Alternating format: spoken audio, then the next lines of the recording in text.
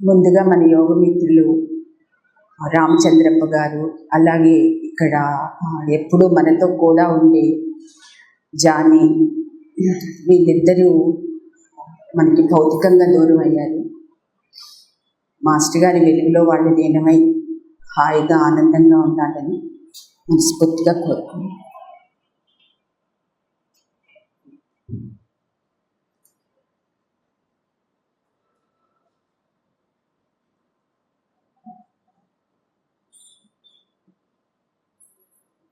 మనకి కఠోపనిషత్తులో ఒక మాట చెప్తారట, ఏమంటే ఆత్మానం రథనం విద్ధి శరీరం రథమేవచ.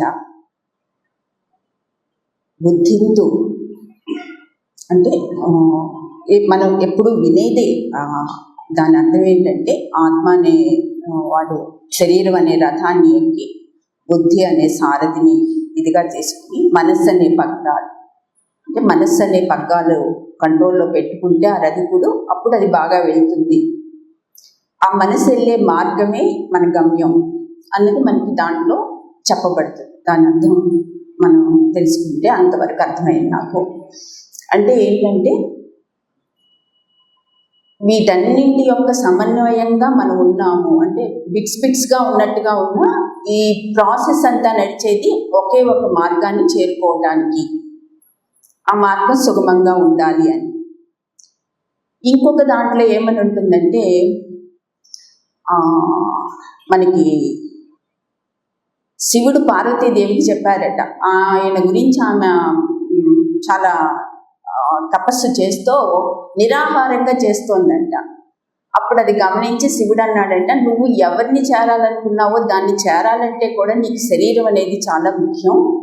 శరీరం ఆద్యం ఖలు ధర్మ సాధనం, అంటే ధర్మ సాధనాన్ని నిర్వహించటానికి నీకు శరీరం ముఖ్యం, కాస్త ఆహారం పెట్టుదానికి అన్నట్ట. అలా ఏమంటే ఇవన్నీ కూడా ఏం చెప్తున్నాయి, శరీరంలో ఉండేటటువంటి ఏదైతే ఉందో, ఏ పరతత్వం అయితే నడుపుతోందో దాని గురించి చెప్తున్నాయి.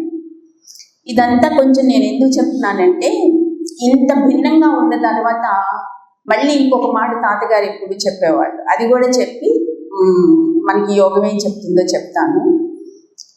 ద్వాపర్ణ సైజ సఖాయ అని, అంటే శరీరం అనే వృక్షం మనకి చెప్తారు కదా, శరీరం అనే వృక్షం తలకిందులుగా ఉంది, పైన వేళ్ళు ఉన్నాయి, కింద శాఖలుగా మన బాడీ అంతా స్ప్రెడ్ అయి ఉంటుంది. దాంట్లో 2 పక్షులు ఉంటాయి. ఒక పక్షి ఏమో ఎప్పుడు ఆహారం స్వీకరించకుండా ప్రశాంతంగా అలా చూస్తూ ఉంటుంది. రెండో పక్షి ఈ శరీరం ఇచ్చే ఫలాలను తింటూ ఉంటుంది. ఈ శరీరం ఒకసారి సుఖం ఇస్తుంది, ఒకసారి దుఃఖం ఇస్తుంది, ఒకసారి చచ్చిపోమంటుంది, ఒకసారి బతకమంటుంది. అన్ని ఫలాలని ఇది తింటూ అనుభవిస్తూ ఉంటుంది. అదంతా చెప్పిన తర్వాత తాతగారు ఏమంటారంటే లాస్ట్లో సావిత్రిలో, ఇక ముందు 2 పక్షులు లేవన్నారు. ఇంక ముందు ఇలా చెప్పుకోవటానికి 2 పక్షులు లేవు. ఏ పక్షి సాక్షిగా ఉందో అది ఏదైతే అనుభవిస్తోందో అది ఇలాగ 2గా ఉండవు. ఇక ముందు ఇవి 2 కలిసి ఒకటే పక్షి అవుతుంది. అదే యోగం చెప్తుంది. ఇప్పటి వరకు సాక్షి మాత్రుడుగా ఎవడున్నాడని అంటున్నామో వాడు నడపాలని మన యోగం చెప్తుంది. వాడు కనెక్ట్ అయ్యి వాడు నడిపితే మనం సరదాగా ఉండటం అనే ఒక గొప్ప భావంతో ఆ పరతత్వమే మనకి మాస్టర్ గారి రూపంలో దీన్ని అందించడం జరిగింది. ఇక శరీరం అనే దాని గురించి మనకి మామూలుగా చెప్తారు, నక్షత్రాలు, రాసులు ఇవన్నీ మన మీద పనిచేస్తాయి అని. దానికి మాస్టర్ గారు ఏం చెప్పారంటే, ఈ రాశి చక్రంలోనికి అంటే జీవతత్వం, లైఫ్, దాన్ని లైఫ్ వేవ్ అన్నారు మాస్టర్ గారు. ఆ లైఫ్ వేవ్ అనేది ముందు ఎలా ఉంది అంటే life wave without bounded circle అన్నారు. అంటే దానికి ఒక సర్కిల్ అంటే పరిమితి కలిగింది సర్కిల్. ఆ బౌండెడ్ సర్కిల్ లేదంట. అంటే అది ఎట్లా ఉంది, ఇట్ కెన్ ఎక్స్పాండ్, అది ఎంతైనా విస్తరించగలదు, ఎంతైనా తేజోవంతంగా ఉండగలదు, స్వతంత్రంగా ఉండగలదు, స్వేచ్ఛగా ఉండగలదు. అలాంటి తేజోమయమైనటువంటి ఆ లైఫ్ ఎప్పుడైతే రాశి చక్రంలోకి వస్తోందో దానికి ఒక లిమిట్ అనేది ఏర్పడిందంట. అంటే మనం అంతా ఆ పరతత్వం యొక్క వెలుగులమే, కానీ ఎప్పుడైతే మనకి జీవత్వం పొందాలి అన్న కాంక్షతో దిగొస్తామో అప్పుడు మనకి దీనికి సంబంధించినటువంటి కొంత లిమిటేషన్ అనేది ఇవ్వబడింది. అలాగా మనం రాశి చక్రంలోకి వచ్చిన తర్వాత ఈ రాశి ప్రభావాలని, గ్రహ ప్రభావాలని తీసుకోవటం జరుగుతుంది.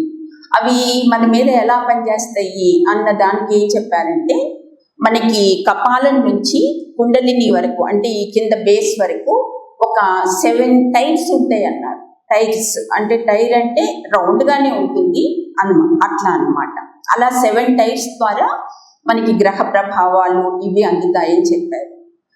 మరి మన శరీరం యొక్క ఉత్పత్తి ఎట్లా జరుగుతుంది అనే దానికి ఏం చెప్పారంటే, జీవుడుగా రాగోలిన వాడు వర్ష రూపంలోనో లేకుంటే ఓషధం రూపంలోనో లేకుంటే పల్సెస్ అంటే మన ఆహార ఉత్పత్తి దీంట్లోనో ఈ రకమైనటువంటి వాటిని ఆశ్రయించి తండ్రిలోకి చేరతాడట. తండ్రిలోనికి చేరిన తర్వాత వాడికి ఒక్కసారిగా వాడు జీవత్వానికి సంబంధించిన దీన్ని పొందలేదు. వాడు తండ్రి నుంచి తేజస్సుని మొత్తం గ్యాదర్ చేసుకుంటాడంట. అంటే తండ్రి యొక్క ముఖ్యాన్ని కూడా యోగం చెప్తోంది ఇక్కడ మనకి. అలాగా ఆ తేజస్సుని స్వీకరించి దాన్ని రేతస్సుగా మారుస్తారట. అప్పుడు ఆ రేతస్సు ఎప్పుడైతే తల్లి గర్భంలోకి వెళ్తోందో అప్పుడు ఆమె తన యొక్క రక్తము, మాంసము వీటన్నింటితోటి మనకి కనెక్ట్ అవుతుంది. అలా అయినప్పుడు మన యొక్క పరిస్థితి ఎలా ఉంది అంటే, మాస్టర్ గారు ఏం చెప్పారంటే అండాకృతిలోనే ఉంటుంది అది అని చెప్పారు. ఈ అండాకృతికి 7 బోరింగ్స్ అన్నారు దాన్ని. అంటే 7 బోరింగ్స్ అంటే వాటి నుంచి మనకి శక్తి అందుతుందన్నమాట. ఈ 7 బోరింగ్స్ ఆ తర్వాత ఈ అండాకారము 64 మార్కింగ్స్ అన్నారు. మార్కింగ్స్ అంటే విభజన అనుకోవచ్చు మనం అర్థం చేసుకోవటానికి. అంటే మన యొక్క అండము 64 విభజనలతోటి ఉంటుంది. అంటే కంబైన్డ్గా ఉన్న 64 విధులుగా విభజించబడి ఉంటుంది. అలాగా మనకి బ్రీతింగ్స్ అనేది, దీన్ని 64 ఏమో బ్రీతింగ్స్ అన్నారు, 7 ఏమో బోరింగ్స్ అన్నారు. బోరింగ్స్ నాకు పూర్తిగా తెలిసిన విషయం కాదు, పెద్దలు మన్నించాలి. ఎక్కడైనా తప్పులు ఉంటే తప్పకుండా సరి చేసుకుంటాను. ఇది యాస్ట్రల్కి సంబంధించింది ఈ 7 బోరింగ్స్ అనేది. ఈ 64 బ్రీదింగ్స్ అనేది మన శరీరం ఫార్మ్ అవడానికి, అంటే మన శరీరం ఇలా తయారవడానికి లోపల జరిగే ప్రక్రియ అన్నమాట ఇదంతా. అలా ఈ 64 బ్రీదింగ్స్ దీంట్లో సహజంగా అన్నీ ఎవరిలోనూ వర్క్ చేయవట. 30 చేస్తే చాలా గొప్ప వ్యక్తులు అవుతారట ఈ 64 బ్రీదింగ్స్లో. 30 కూడా చేయలేము మరి నాలాంటి వాళ్ళకి, నాకు అంత తెలీదు. అట్లా ఏమంటే ఈ బ్రీతింగ్ వర్క్ అనేది కూడా కంప్లీట్ కాలేదు అన్నారు. అప్పుడు ఇంకా మాస్టర్ గారికి తోచిన భావం ఏంటంటే, ఇంకా ఇట్లా కాదు, ఇదంతా మ్యాన్ ఫామ్ గురించి చెప్పబడింది. అంటే మనిషి అనేది ఆయన ఏమన్నారంటే మనిషి కాదు హ్యూమన్ అన్నారు. హ్యూమన్ ఫార్మేషన్ గురించి నేను వర్క్ చేస్తాను, మ్యాన్ ఫార్మేషన్ కాదు. ఇది మ్యాన్ ఫామ్ మనం నడిచాం. ఆయన చెప్పింది ఎక్కువ ఏంటంటే హ్యూమన్ ఫార్మేషన్. అంటే దాన్ని మన భాషలో, అంటే నాకు అర్థమైన దాంట్లో చెప్పాలంటే అది పూర్ణ పురుషత్వం కలిగినటువంటి స్థితి. అక్కడ పురుషుడు అంటే అబ్బాయి అమ్మాయి అన్న దృష్టి కాదు, ఇండిపెండెంట్ ఛార్జ్ అని చెప్పేదాన్ని పురుషత్వము అంటారు. అట్లాంటి స్థితిని మనకి కలిగించాలనేది మాస్టర్ గారి యొక్క లక్ష్యము. దానికోసం వారు చేసిన వర్క్ని ఎలా చెప్పబడిందంటే, మనకి మామూలుగా మీరు అన్నయ్య గారు చెప్పినప్పుడు వినే ఉంటారు, మనకి మహాపరినిర్వాణము, పరనిర్వాణము, ఇట్లా నిర్వాణము, ఈ దశలన్నీ ఉంటాయని. ఆ మహాపరినిర్వాణం అనేది మనకి ఇక్కడ ఉంటుంది అన్నమాట, ఈ లోపల కపాలంలో. కపాలంలోనే ఎందుకు ఉంది అని అంటే దానికి నాన్నగారు చెప్పింది చెప్పి మళ్ళీ నేను సబ్జెక్ట్లోకి వస్తాను. నాన్నగారు ఏం చెప్పారంటే శరీరం గురించి, మనకి ఆలోచన ఇక్కడే కలుగుద్ది, బాధ ఇక్కడే కలుగుద్ది, సంతోషం ఇక్కడే కలుగుతుంది. ఏం కలిగినా మనకి బ్రెయిన్లో కలుగుతుంది, కానీ అది బయటికి కనపడదు. అంటే మన భావం బయటికి కనపడదు. ఆకాశంలో అన్నీ ఉంటాయి, ఇదంతా ఆకాశమే. ఈ ఆకాశంలో అన్నీ ఉన్నా మనకు కనపడవు. అలానే మన బ్రెయిన్లో ఏముందో కూడా కనపడదు. అట్లా ఆకాశతత్వం అనేది ముందు పైన ఉంటుంది. అలానే నెక్స్ట్ వాయుతత్వం ఇక్కడ పనిచేస్తుంది, హార్ట్ దగ్గర. అంటే గుండె కొట్టుకోవటం, ఇదంతా వాయుతత్వం. అంటే ముందు ఆకాశము, తర్వాత వాయువు, ఆ తర్వాత అగ్ని. అంటే మనం ఆహారం భుజిస్తే ఈ అగ్నులే కదా, త్రేతాగ్నులు, ఇవి పనిచేసి మనకి ఏ అగ్నిగా మరల్చాలో అలా మరుస్తున్నాయి అన్నమాట. ఆ తర్వాత కింద రక్తం తయారవటం అనేది నెక్స్ట్. అంటే అది వాటర్ కంటెంట్. ఆ నెక్స్ట్ సాలిడ్ అంటే ఫుల్ పృథివీ తత్వం. అది మనకి కింద బేస్, మూలాధారం అనుకోండి, కుండల్ని అనుకోండి. అలాగా ఏంటంటే పైనుంచి కిందకి ఆకాశము, వాయువు, తర్వాత అగ్ని, నీరు, భూతత్వం ఇలాగా ఉంటాయి అని చెప్పారు. అలా ఏమంటే మనకి ఈ పైన అనేది అలా చెప్పబడింది అనమాట ఆకాశతత్వంగా. ఆయన ఏం చెప్పారంటే, మీకు హ్యూమన్ ఫార్మేషన్ జరగాలి అంటే ఈ మహాపరినిర్వాణ స్థాయిలో ఒక మనకి సుషుమ్న గురించి కూడా కొంచెం చెప్తాను. అది ఏమంటే సూక్ష్మ సుషుమ్న అని ఉంటుంది. మ్యాన్ ఫార్మేషన్ వచ్చి ఔటర్ సుషుమ్న, సూక్ష్మ సుషుమ్న వచ్చి మాస్టర్ గారు అనుకుంటున్న హ్యూమన్ ఫార్మేషన్. మనం ఇందాక అనుకున్నామే ఆ పురుషతత్వం పనిచేయాలంటే కొత్త నిర్మాణం కావాలి అని. ఆ సూక్ష్మ సుషుమ్న యొక్క నిర్మాణం మాస్టర్ గారి యొక్క దృష్టి పెట్టిన విషయం. ఆయన ఏం చేశారంటే ఆ సూక్ష్మ సుషుమ్న నుంచి ఈ సెంటర్స్, మనలో ఇప్పుడు చెప్పుకున్న సెంటర్స్ అన్నీ పనిచేస్తూ ఉండగానే ఆయన ఆ డివైన్ సెంటర్స్ని మనలో పనిచేయిస్తున్నారట. అది మనకు అసలు తెలియనిది, మనకు అసలు టచ్లో లేనిది ఏంటంటే ఆయన పనిచేసేది ఏది మనకి లింక్ అయ్యి లేము ఇప్పటి వరకు భూమి మీద. ఇప్పుడు ఆయన కొత్త సెంటర్స్ని మనలో పెట్టి వాటి నుంచి ఆయన పని నడుపుతున్నాడు. మనకి రోజు వింటూ ఉంటాం, బండి నడుచుచుండగానే రిపేరు సాగవలెను అని. అది అసలు బండి ఏంటంటే మన శరీరమే బండి. ఇంకా రిపేర్లు అంటే నిజం చెప్పాలంటే మౌల్డింగ్ చేస్తున్నాడు, కొత్త సృష్టిని చేస్తున్నారు ఆయన. ఈ 2000 సెంటర్స్ ద్వారా ఆయన ఆ హ్యూమన్ ఫార్మేషన్ అనే దాన్ని మనలోకి తీసుకొస్తున్నారు. ఇప్పుడు శరీరానికి మనం మాస్టర్ గారి యొక్క దీనికి ఎట్లాగా లింక్ దొరుకుతుంది అంటే దానికి పిచ్యూటరీగా చెప్పారు. ఎందుకని పిచ్యూటరీగా చెప్పారు అంటే, ప్రతి మనిషికి ఒక స్వభావం ఉంటుంది. ఆ స్వభావాన్ని ఈ శరీరానికి లింక్ చేసేది పిచ్యూటరీ. స్వభావం పిచ్యూటరీ కాదు, స్వభావాన్ని మనకి లింక్ చేసేది. అంటే ఒకే అన్నం ఒకే ఇంట్లో కూర్చుని నలుగురిని తిన్నా నా స్వభావం నాదే, పక్క వాళ్ళ స్వభావం పక్క వాళ్ళదే, ఎవరి స్వభావం వాళ్ళదే, ఫుడ్ ఒకటే. ఎందుకని? స్వభావం. ఆ స్వభావాన్ని మనకి ఎవరు అందిస్తారు మన లోపల నుండి అంటే పిచ్యూటరీ అనే ఒకటి ఉంటుంది. అందులో నుంచి ఈ లింక్ అనేది మనకి ఇవ్వబడుతుంది అని చెప్పబడింది. అలా మాస్టర్ గారు ఏంటంటే ఆ పిచ్యూటరీ లింక్ అనేది న్యూ మోడల్ పిచ్యూటరీ, ఇది ఇంతకు ముందుది కాదు. నా సెంటర్ పనిచేయాలంటే, నా హ్యూమన్ ఫార్మేషన్ కావాలంటే ఈ న్యూ మోడల్ పిచ్యూటరీ అనేది నడవాలి అన్న ఉద్దేశంతో ఆ సెంటర్ని పెట్టడం జరిగింది.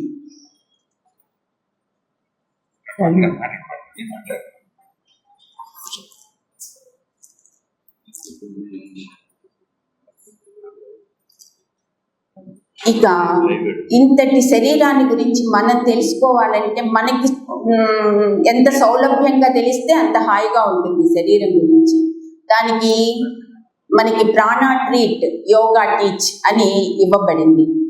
ఇది నిజం చెప్పాలంటే నాకు విచిత్రం అనిపించిన సంఘటన, ఇప్పటికీ నాకు దిక్కుతోచని విషయం ఒకటి ఉంది. ప్రభాకర్ శాస్త్రి గారు తాతగారిని నీ ప్రార్థనకి పదును పెట్టాలరా అన్నారంట. అంటే ఏమి గురువు గారు అన్నారు. అంటే ఎదుటివాడి బాధ నాకు వచ్చి వాడికి తగ్గాలని నమస్కారం పెట్టరా అన్నారు. అది నాకు దిక్కు తెలియని మాట. ఎందుకంటే అది శాస్త్రి గారు చెప్పారు, తాతగారు విన్నారు. అంటే ఇంక అది నడిచే విషయం, నడవని విషయం కాదు. ఏదో నాలాంటి అడిగి చెప్తే దులుపుకుని వెళ్ళిపోతాను. తాతగారు అలా కాదు కదా. గురువుగారు చెప్పారంటే ఇంక అది నడవాలి ఆయనలో, అంతే. అంతటి సంసిద్ధత కలిగితేనే యోగం అమ్మా. నాకు అర్థమైంది. అది నాకు బాగా అనిపిస్తారు. అంటే ఇప్పుడు అది మనల్ని చేయమని నేను అనట్లేదు, నేనే చేయటం లేదు, నేను అది కూడా చెప్తున్నాను. ఎందుకంటే అది శాస్త్రి గారు మాస్టర్ గారి యొక్క దీంతో చెప్పారని అనుకోవాలి. అలా చెప్పారు. అంటే ఏంటంటే అంతటా నేనే ఉన్నానని కబుర్లు కాదనమాట. ఆ ఎదుటి వాడిలో ఉన్న ప్రాణము నా ప్రాణము ఒక్కటే అని ఎప్పుడు తెలుస్తుంది? అది పరీక్షకి గురయ్యి ఆ పరీక్షలో మనం మాస్టర్ పరం చేసి ఆ పరీక్షను ముందుకెళ్తేనే మనకి ఆ రిజల్ట్ అందుతుంది. అది తాతగారు చేశారు. ఆ గురువు గారు చెప్పటం ఏంటి, ఆయన దాన్ని అనుగ్రహంగా తీసుకుని నడవటం ఏంటి. అలా జరిగినప్పుడు ఆయనకు వచ్చినటువంటి గొప్ప విశేషం ఏంటంటే ఆయన శరీరం అనే పుస్తకం చదవటం తేలికైపోయింది. దానివల్ల తేలికైంది. ఆయన చెప్పాలంటే గురువు గారినే చూశాడు ఎదుటి వాళ్ళలో. ఆ శరీరంలో ఎక్కడ లోపం ఉందో ఆయనకు అలా కనపడింది. ఎలా కనపడింది? ఇందాక మనం చెప్పుకున్నాం కదా, వాడి బాధ నాకు వచ్చి అన్నప్పుడు భగవంతుడు కూడా వాడి యొక్క రిఫ్లెక్షన్ ని ఈయనకి చూపిస్తున్నాడు. అరే నాన్న, వాడి పొజిషన్ ఇలా ఉంది కాబట్టి ఇక్కడ రెక్టిఫికేషన్ జరగాలి ఈ పార్ట్ లో అని. దానికి ఆయన ఏం చెప్పారంటే, ఒకళ్ళు అడిగారు మీకు ఎలా తెలుస్తుంది అని. నేను ఎక్స్రేని చూసినంత తేలిగ్గా దాన్ని చూడగలను. నాకు గురువు గారు అటువంటి అనుగ్రహాన్ని ఇచ్చారు, నాకు అటువంటి సుదర్శనాన్ని ఆయన అనుగ్రహించారు అని. ఆ పరీక్ష ఆయన పెట్టినప్పుడు ఈయన దానికి ఏమాత్రం వెనుకడుగు వేయకుండా ముందుకు రాబట్టి ఆ శరీరం అనే పుస్తకాన్ని ఆయన చదవగలిగాడు. చదవగలిగినప్పుడు ఆయన రిజల్ట్ ఎలా ఉందంటే, మనం ఎప్పుడు చెప్పుకున్నది 40% ఒకటికి కాలింది, 80% ఒకటికి కాలింది ఒళ్ళు ఒకే సందర్భంలో. ఇద్దరు ఒకటే హాస్పిటల్లో జాయిన్ అయ్యారు. డాక్టర్లు ఏమన్నారంటే, ఈ 40% కాలిన వాడు బతుకుతాడు, ఈ 80% కాలిన వాడు చచ్చిపోతాడు అని చెప్పారు. ఈయన ఏదో పనుండి ఆ హాస్పిటల్కి వెళ్ళారు, ఎవరో యోగా మెంబర్కి బాగుండగా. అప్పుడు వెళ్ళేటప్పుడు వీళ్ళిద్దరిని చూసి అక్కడ ఆగి ప్రేయర్ చేసుకున్నారు. అప్పుడు డాక్టర్ గారు అడిగారు, మీకేం తోస్తుంది తాతగారు వీళ్ళిద్దరి విషయంలో అని. ఈ 80% కాలిన వాడు బతుకుతాడు, ఈ 40% కాలిన వాడు వెళ్ళిపోవటానికే ఉన్నది అన్నట్టుగా ఒక హింట్ ఇచ్చారు. అదేమి మా మెడికల్ రిపోర్ట్స్ కానీ ఏవి చూసినా ఈ 40% వాడు బతికేందుకు అవకాశం చెప్తుంది, ఇది అసలు ఇంపాసిబుల్ అంటారు. సరే గురువుగారు చెప్పారని ఇంక వెళ్ళిపోతారు. ఈయన ఒక 10 రోజుల తర్వాత డాక్టర్ గారు వస్తారు. తాతగారికి తెలిసిన ఆయన వచ్చి KGHలో జరిగింది ఇది, వైజాగ్. వచ్చి చెప్తారనమాట, నిజం గురువు గారు మీరు చెప్పిందే జరిగింది. ఆ 40% కాలిన వారు వెళ్ళిపోయారు, 80% కాలిన వారు ఇంటికి వెళ్ళిపోయారు, బాగానే హాయిగా తగ్గి. మీకు ఇది ఎలా తెలిసింది అంటే, అప్పుడు తాతగారు ఏమంటారంటే, నాకు దర్శనమైన దాంట్లో ఆ 80% కాలిన వారి యొక్క పిట్యూటరీ పనిచేస్తోంది, ఈ 40% కాలిన వారిలో పిట్యూటరీ రెస్పాండ్ అవ్వలేదు. అంటే ఏమని, ఆ పిట్యూటరీ అనేది గనక ఆపత్ సమయంలో రెస్పాండ్ అయితే తప్పకుండా శరీరం కోలుకుంటుంది. అంత గొప్పదన్నమాట ఆ పిట్యూటరీ. ఇందాక మనం అనుకున్నాం చూసారా, మన యొక్క స్వభావాన్ని మనకి లింక్ చేసేది అని. అది అందుకని దాని గురించి అంతగా చెప్పాల్సి వచ్చింది ఇంతకుముందు. అలా ఏమంటే, ఏ తత్వమైనా పరీక్షకి లొంగంది మనం నేర్చుకోలేము. దానికి తాతగారు సావిత్రిలో ఒక మాట చెప్తారు, బాధను జయించాలనుకున్నవాడు బాధను భరించాలని గ్రహించండి. అంటే మనం ఏదైనా మృత్యువుని జయించాలనుకున్నాం అనుకోండి, ఆ మృత్యువుకి ఎదురెళ్ళే తత్వాన్ని కలిగి ఉండాలి అన్న భావం అన్నమాట. అంటే లొంగిపోవద్దు, మనకు వచ్చే ఆదులకి కానీ వ్యాధులకి కానీ ఒక స్థిర సంకల్పంతో మనం గనక మాస్టర్ గారి యందు పూర్ణ విశ్వాసం ఉంచి నిలబడితే తప్పకుండా ఆ రిజల్ట్ని మనం పొందుతామమ్మా. దానికి నన్ను నేనే ఉదాహరణగా కొన్ని చెప్తాను మీకు. నాకు ఒకసారి ఇక్కడ బోను చాలా పైకి ఇట్లా పొడుచుకొచ్చింది. అది విపరీతమైన నొప్పి అన్నమాట. ఎట్లంటే అది ఇటు పక్కకి పడుకోనివ్వదు, ఇటు పక్కకి పడుకోనివ్వదు. ఆలోచించా, బాగా నొప్పిగా ఉంటుంది, ఇంకా స్ట్రైట్గా పడుకోవడమే మార్గం. ఆ స్థితిలో నేను కనీసం 7-8 నెలలు, అంటే అటు పడుకొని ఇటు పడుకొని ఇట్లా స్ట్రైట్గా పడుకోవాలంతే, ఇంక వంగితే నొప్పి. అలాంటి స్థితిలో నేను 8 నెలలు ఉన్న తర్వాత, ఈ 8 నెలల్లో నాకు ఉన్న ఆలోచన ఏంటంటే, నొప్పి వచ్చినప్పుడు మాస్టర్ గారు గుర్తొస్తారు, ప్రేయర్కి కూర్చున్నప్పుడు మాస్టర్ గారికి నొప్పి చెప్పాలని గుర్తురాదు. నాకున్నది అది. ఇంకా ప్రేయర్కి కూర్చున్నామంటే అందరూ బాగుండాలి అన్న తాతగారి మాట ఒక్కటే గుర్తుంటుంది తప్ప గుర్తు రాదు. మరి అది ఏమో నాకు తెలియదు. ఆ పరిస్థితిలో నేను ఒకసారి ఎందుకో మాస్టర్ గారితో నాలో నేను అనుకున్నట్టుగా అనుకున్నాను, ఇది తగ్గించాలని మీకు తోస్తే మీరు తగ్గించండి, నేనైతే అడగదలుచుకోలేదు అనుకునేసి ఇంక ఊరుకున్నా. 8 నెలల తర్వాత నేను పెట్టిన దానికి ఆన్సర్ 9వ నెలలో నాకు తగ్గిందయ్యా. నేను ఏమీ వాడలేదు, ఏది చేయలేదు. ఇలానే కాదు, నా శరీరంలో చాలా మార్పులు నేను ఫేస్ చేసి ఉన్నాను. వాటన్నింటి నుంచి కూడా మీరు అనుకోవచ్చు ఎట్లా మాస్టర్ గారు తగ్గించారని. అంటే అది సవ్యమైన విధానమో కాదో కానీ నేను హోమియో కూడా వేసుకోను. ఎందుకంటే నాకు రిజల్ట్ కావాలి. ఎప్పుడు తెలుస్తుంది రిజల్ట్? మనం ఏది వాడకపోతే తెలుస్తుంది. ఏదన్నా వాడితే అది కూడా పనిచేసి ఉండొచ్చు అన్న భావం ఉంటుందిగా ఎంతో కొంత.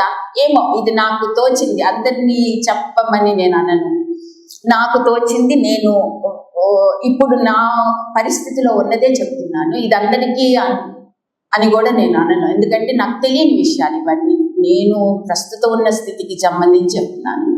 అలా ఇప్పటి వరకు మాస్టర్ గారి దయ వల్ల ఈ శరీరంలో ఒక కష్టం వచ్చినా, ఒక నష్టం వచ్చినా, అది మనసుకు వచ్చినా, శరీరానికి వచ్చినా, మాస్టర్ అనే ఒక పరతత్వం వెలుగే మనందరినీ నడుపుతుంది. అది ఎల్లవేళలా అందరినీ కాపాడాలని మనస్ఫూర్తిగా వేరు.